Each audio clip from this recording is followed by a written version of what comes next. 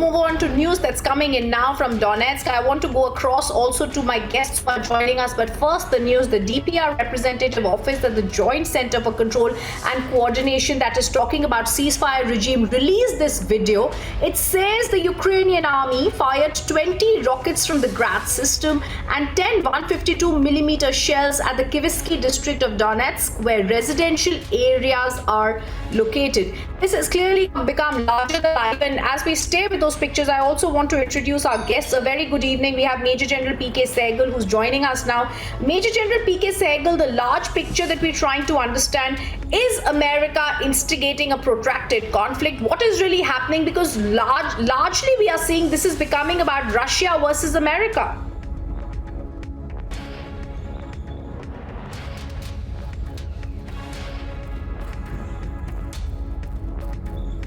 It's very unfortunate that President Biden doesn't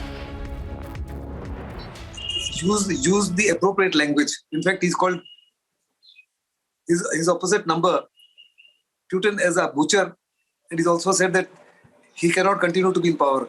Moments later, the White House press secretary, etc., went on to say that he's been misunderstood. He did not mean that, because Russia immediately reacted by saying that it is for the Russians to decide who would lead Russia and not for the Americans to decide. President Macron has also reacted. President Macron feels that Biden's statements are instigating the Russians to continue the war. So one really does not know. Does America really want the war to? Yes, America would want the war to last as long as possible, because they would like Russia to be bled exactly in the same manner as the Americans bled both in Iraq as well as in Afghanistan. Because the main reason for their having bled so badly in Afghanistan was because of the Russian and the Pakistani and the Chinese support to Taliban. And so now the Russians are learning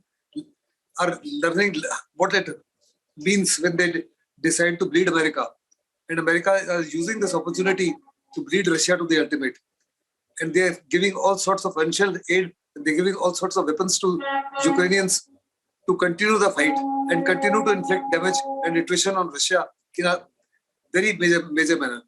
At the same point of time, they are also encouraging them to redraw their strategy. They must not confront Russian forces head on, because Russians have got overwhelming military power. They'll be destroyed. They should bide their time. They should hide and attack the Russians at a place and time of their own choosing, which they're beginning to do so.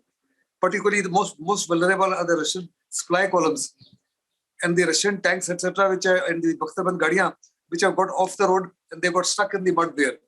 They are being easily picked up and taken care of.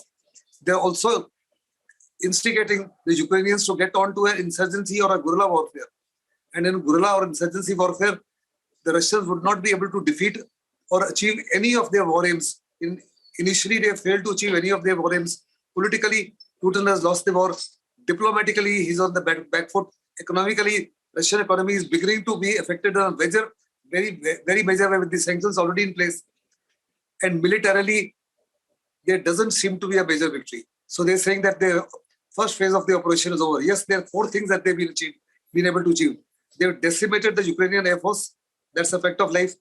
They've destroyed their air defense control and reporting system.